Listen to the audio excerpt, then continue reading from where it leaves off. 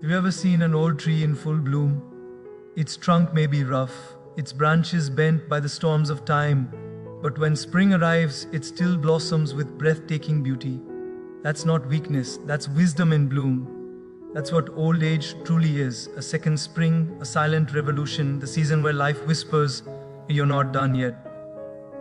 The world may call it retirement, I call it rebirth.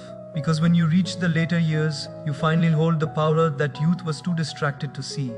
The power to live deeply, not just busily. You're not diminishing, you're distilling. That's the first truth that must be understood. Because for too long, society has told us that aging means fading. That the moment your hair turns silver, your relevance turns grey. But that is the greatest lie ever sold. Old age does not reduce you, it refines you. Life doesn't take your strength, it replaces it with wisdom.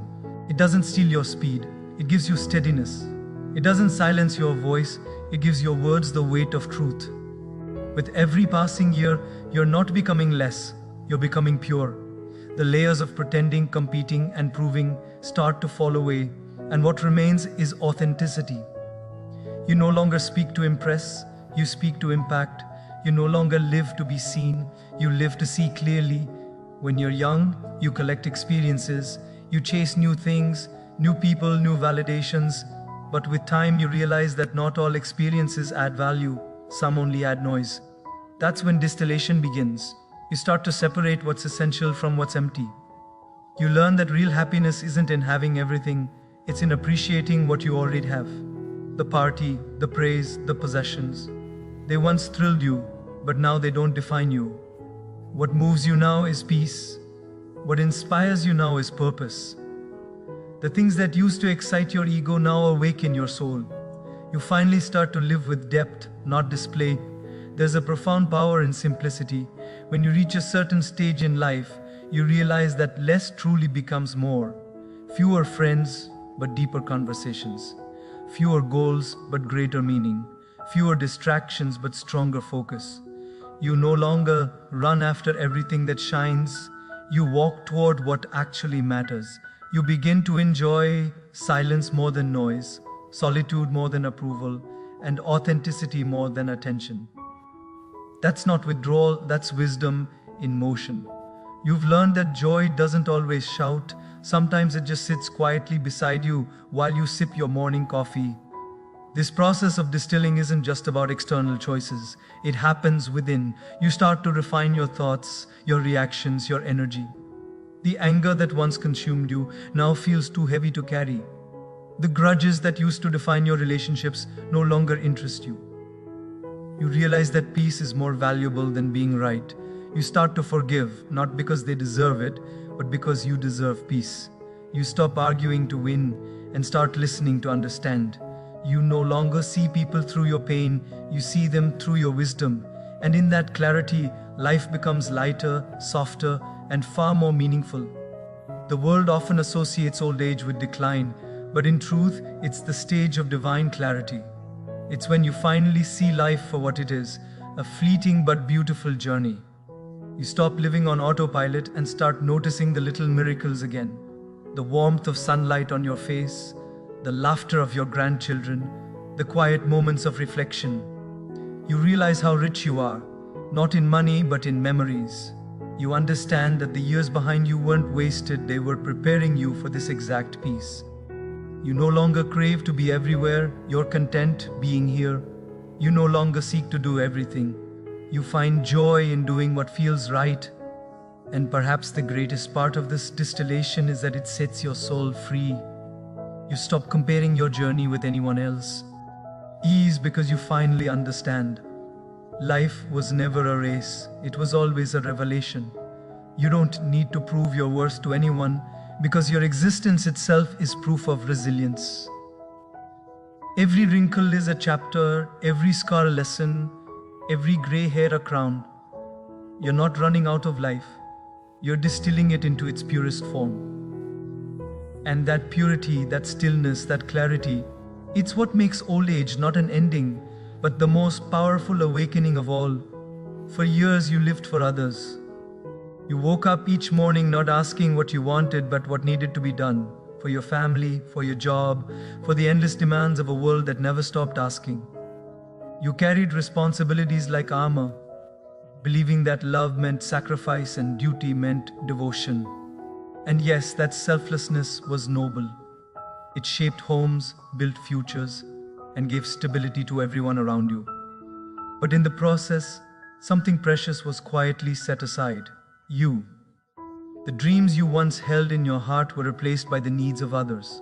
The hobbies that once brought you joy became luxuries you could no longer afford.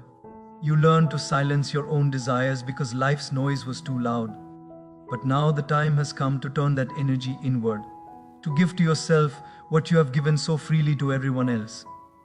Choosing yourself is not selfishness, it's self-respect. It's realizing that you cannot pour from an empty cup, and that your well-being is not a burden to anyone. For decades, you've been the pillar that held everyone up. But even pillars need care. This is your time to rest, to breathe, to nurture your soul without guilt. It's your time to say, I matter too. The world may have taught you that love means putting others first, but wisdom teaches you that love must start within. Because when you choose yourself, you don't abandon others, you inspire them. You show your children, your family, your community what it truly means to live with balance and self-worth. You become the example of peace they didn't even know they were seeking. There's a deep beauty in reclaiming your time. When you wake up and ask, what do I want to do today? And the answer no longer depends on someone else's schedule, that's freedom. Maybe it's learning something new, or maybe it's doing nothing at all, and realizing that doing nothing can still be sacred. You've earned this space. You've earned the right to slow down without apology. The world moves fast, but your soul doesn't have to. When you start spending your time with intention, every hour becomes meaningful. You begin to appreciate the stillness, the slowness, the rhythm of life that you once overlooked in the rush of survival. It's not about escaping responsibilities. It's about embracing yourself as a priority for the first time in a long time. Choosing yourself also means rediscovering the person you used to be before the world told you who to become. Remember the passions you once had, the things that made you lose track of time, the songs you loved, the books you wanted to read, the places you dreamed of seeing? Those desires never died. They've just been waiting for permission to breathe again. And now you can give yourself that permission. It's time to meet yourself again, to look in the mirror and see not what's missing, but what's still magnificent. You're not the same person you once were, and that's the beauty of it. You've evolved, grown, and gathered enough wisdom to live this chapter on your own terms. But choosing yourself isn't only about pleasure, it's also about healing. It's about forgiving yourself for the years you ignored your own needs. It's about letting go of the guilt that whispers, you should still be doing more. You've already done more than enough. Now your purpose is not to strive, but to thrive. It's not to prove your worth, but to live it. Healing happens when you stop apologizing for resting, for saying no, for protecting your peace. You begin to realize that peace is not something to earn, it's something to allow. And when you allow it, life feels lighter, fuller, and truer than it ever has. The most powerful truth of all is this: when you finally choose yourself, life starts choosing you back. Opportunities appear that match your calm, not your chaos. Relationships deepen because they're built on authenticity, not obligation. You attract moments that fill your heart, not just your calendar. You discover that self-care isn't indulgence, it's alignment. You begin to live in a way that honors the journey you've traveled and the person you've become. This chapter of life is not about giving up. It's about giving to yourself, freely, fully, and without hesitation, because the greatest gift you can offer the world now is a version of you that is whole, peaceful, and beautifully content. When we're young, we believe that movement means progress. We chase, we run, we fill every moment with noise, thinking that busyness equals purpose. We fill our calendars but forget to fill our souls. But as time passes, life gently teaches us a profound truth, The greatest growth doesn't happen when you're racing forward. It happens when you finally become still. Stillness isn't emptiness, it's the space where you meet yourself again. It's where clarity replaces confusion, where peace replaces pressure. In stillness, you realize that what you were searching for outside was quietly waiting within you all along. That pause, that silence, that moment of breathing in awareness. It's not wasted time. It's the foundation of real transformation. Stillness has the power to reveal what chaos hides. When you slow down, the fog of distraction begins to lift. You start to notice things you overlooked for years. The beauty of sunlight streaming through your window, the sound of your own heartbeat, the calm rhythm of life when it's not rushed. In that space, you start to hear your inner voice again, the one you drowned out beneath everyone else's expectations. It whispers truth. It reminds you of what truly matters. It helps you separate the essential from the irrelevant. That's when you begin to see your life not as a race to be won, but as a journey to be experienced. Stillness doesn't make you weaker, it makes you wiser. It trains your mind to see beyond the noise and your heart to feel beyond the surface. There's a quiet strength in learning to be still in a world addicted to motion. Society celebrates those who move fast, achieve more, and never stop. But what it often forgets is that wisdom is born in reflection, not in reaction. When you pause, you gain perspective. You stop chasing temporary pleasures and start seeking lasting peace. You learn that rest is not laziness, it's alignment. It's the art of recharging your spirit so that when you do act, you act from clarity, not chaos. You realize that the most powerful decisions in life don't come from panic, they come from peace. And that peace is cultivated only when you give yourself permission to be still long enough to hear your heart speak. Stillness also teaches you surrender, the understanding that not everything needs to be controlled. In youth, we fight with life. We resist change, we argue with reality, we exhaust ourselves trying to shape every outcome. But as you age, you begin to see that peace doesn't come from control. It comes from trust. Trusting that life unfolds in its own rhythm. Trusting that you don't need to chase what's already meant for you. When you release the need to force outcomes, you find serenity. You begin to notice how things start aligning naturally when you stop pushing so hard. Stillness allows grace to do its work. It allows healing, clarity, and miracles to arrive in their own perfect timing. And in that stillness, something beautiful happens. You reconnect with yourself. You realize how long it's been since you truly listened to your own heart. You start understanding your emotions, your patterns, your pain. You face parts of yourself that you once avoided. But instead of judging them, you begin to embrace them. You learn that peace doesn't mean the absence of struggle.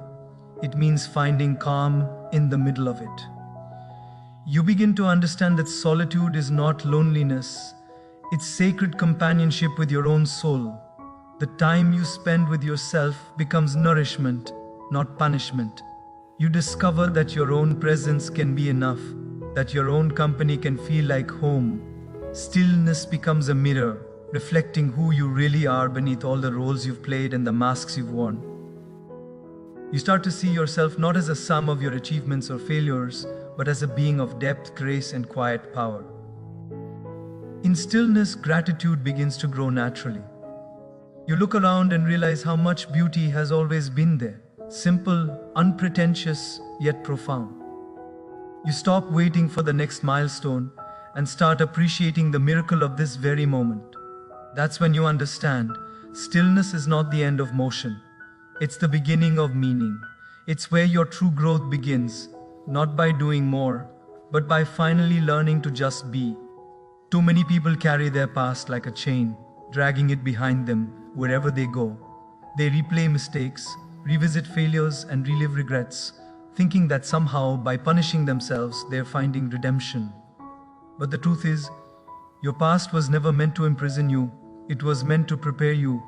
Every event, every heartbreak, every disappointment was not random. It was refining you for this moment. Life has a way of molding us through experience. Sometimes it's gentle, sometimes it's brutal. but every hardship carved out a deeper space within you, a space that now holds empathy, understanding, and resilience. The same experiences that once broke you are the ones that made you capable of standing tall today. The past isn't your enemy, it's your greatest teacher. We often look back and wish we could change certain moments, words we said, paths we took, people we trusted. But think about this, if you could erase all the pain, you'd erase all the wisdom that came with it. The lessons that truly shape us never come from comfort, they come from chaos. The strength you now possess was born in the moments that nearly destroyed you. And though at the time it felt unbearable, today you can see that those moments didn't stop your growth, they started it. You may have stumbled, but every fall taught you balance. You may have been rejected, but every rejection redirected you toward something better. Life has never been against you. It's been preparing you, refining you, sculpting you into someone capable of greater peace and deeper purpose. It takes courage to look back without bitterness. It takes strength to see your scars as symbols of survival, not shame. The world teaches us to hide what's broken, but healing begins when we choose to see beauty in the cracks. The Japanese have a tradition called kintsugi, where broken pottery is repaired with gold, making the fractures the most beautiful part of the piece. That's what your past has done to you. It filled your cracks with wisdom, compassion, and strength. The gold is not in your perfection, it's in your resilience. Every wound you've carried has added depth to your character. Every painful memory has expanded your capacity to understand, to love, to forgive. What you once thought disqualified you has actually qualified you to live a more meaningful life. The danger lies in letting the past define your future. Too many people get stuck in the what ifs and if onlys. They replay the same story so many times that they forget they can write a new one. But life is not meant to be lived looking backward. You can honor your past without living in it. The pain that once held you down can now become the platform you rise from. The same lessons that humbled you can become the wisdom that guides others. You're not the same person you were then. You've grown, evolved, and earned the right to move forward with clarity. The past doesn't get to dictate your next chapter unless you keep giving it that power. There comes a moment when you must forgive yourself. Not because you did everything right, but because you finally learned enough to do better. Forgiveness is not about forgetting. It's about freeing yourself from the weight of what cannot be changed. You are not defined by your worst days, your biggest mistakes, or your hardest seasons. You're defined by your capacity to rise from them. When you release yourself from guilt, you create space for growth. When you stop judging who you were, you give grace to who you are becoming. That's when transformation begins. Not when life gets easier, but when you stop holding yourself hostage to who you used to be. Every chapter of your life has meaning. The moments that made you cry also made you conscious. The heartbreaks that broke you open also made you real. You can't appreciate peace until you've known chaos. You can't value love until you've experienced loss. The past has not weakened you, it's awakened you. It's taught you that endurance is stronger than despair, that faith is greater than fear, and that beginnings often hide inside endings. Once you see your past as preparation instead of punishment, you stop asking, "Why did this happen to me?" and start understanding, "It happened for me." And that shift changes everything.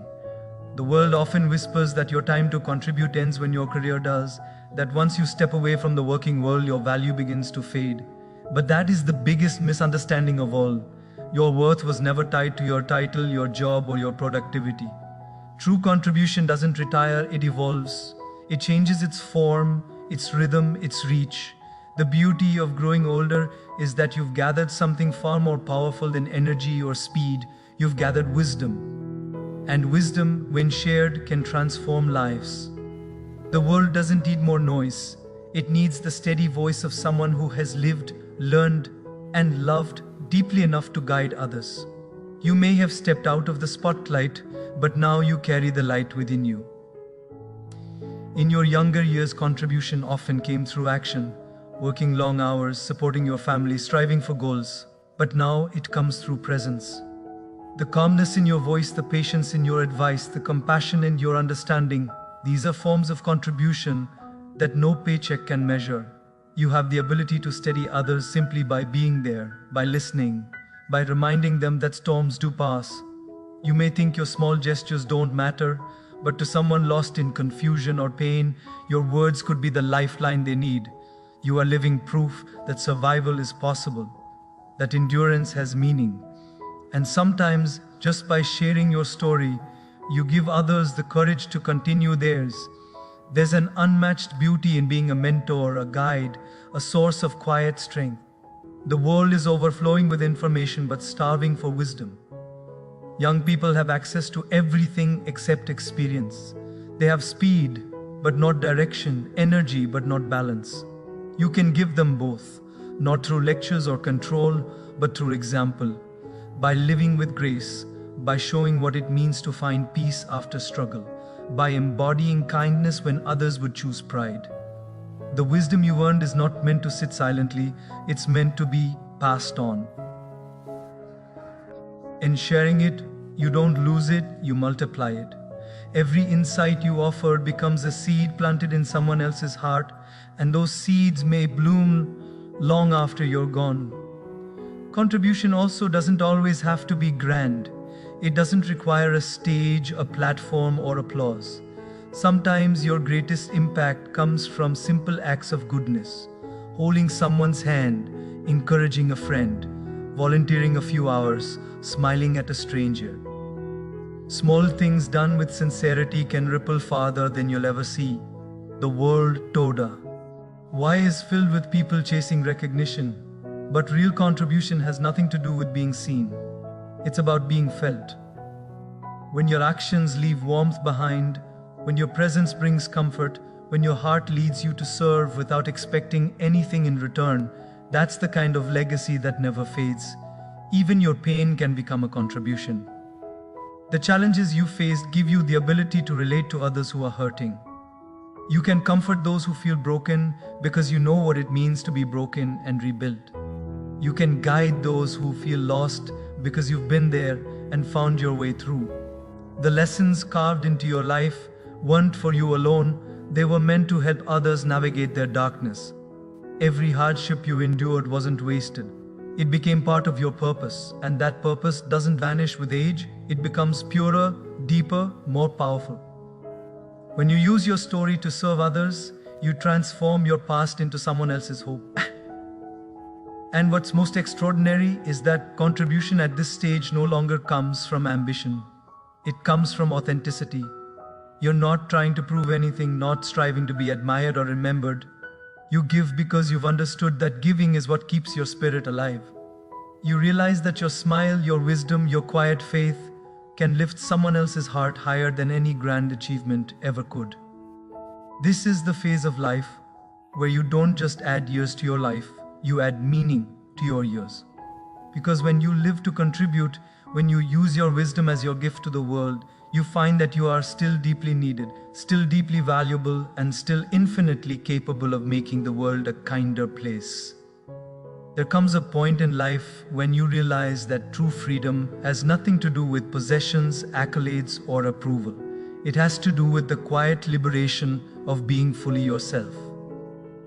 In youth, we are constantly performing, measuring our worth through others' eyes, seeking validation in a world that never stops judging. But with age, the masks fall away, and the truth emerges. Freedom is the ability to live without pretense, to speak without fear, to exist without apology. It is the joy of finally understanding that you no longer need to prove anything to anyone. When you embrace this freedom, you begin to bloom in ways that were impossible when you were consumed with the need to conform. This freedom starts with self-acceptance. For decades, you may have battled your insecurities, compared yourself to others, and chased ideals that were never truly yours. Now, you realize that the person you are, flawed, scarred, and imperfect, is exactly who you are meant to be. That acceptance is not resignation, it is empowerment. You no longer fear judgment because you understand that the world's opinions do not define your worth. In this clarity, your spirit expands. You find yourself walking taller, speaking softer, and living lighter, because you are no longer carrying the unnecessary weight of others' expectations. With inner freedom comes a liberation from fear. Fear of failure, fear of ridicule, fear of wasting time. These once controlled your decisions, dictating your actions and limiting your potential. But now, with experience as your ally, you see fear for what it is, a signal, not a ruler. You begin to make choices based on desire, not doubt, on truth, not tension. You allow yourself to explore, to create, to connect in ways that you avoided when fear held the reins. This is when your life begins to feel expansive again, a wide horizon opening before you that invites curiosity, courage, and joy. Freedom transforms your perspective so that each day is no longer a chore, but a gift, rich with possibilities. Inner freedom also means letting go of control over outcomes.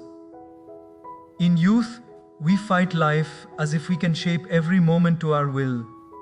We try to manipulate events, force people, and bend circumstances to our desires. But with age, you learn that peace is not in control, it is in surrender. You learn to trust life's rhythm, to allow events to unfold naturally, and to respond with calm rather than panic.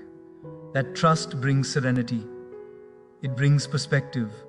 It frees your mind from the endless anxiety of what if and fills it with the quiet certainty that you are enough, that your presence is enough, that your life matters exactly as it is. Freedom at this stage also comes from detachment, from the need to compete, to compare, to prove. You no longer measure yourself against younger selves, against peers, against societal ideals. You have discovered that fulfillment is internal, not external. Your peace is no longer dependent on achievement or recognition. It is rooted in your own heart. This detachment liberates your energy, allowing it to flow toward what nourishes your soul rather than what feeds your ego. You begin to live with a profound sense of alignment, where choices are made from authenticity, not obligation, and life feels effortless because it is lived in harmony with your true self. The ultimate bloom of freedom is the ability to love, give, and exist without restraint. When you are free from the need to please, to perform, or to prove, every interaction becomes genuine.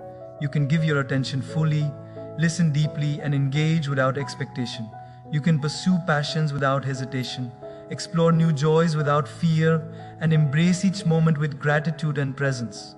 That is the freedom that transforms old age into a season of flowering, a season where your spirit stretches toward light, rooted in everything you've experienced, unshackled by the past and open to the infinite possibilities that remain. Because in the end, blooming again isn't about going back.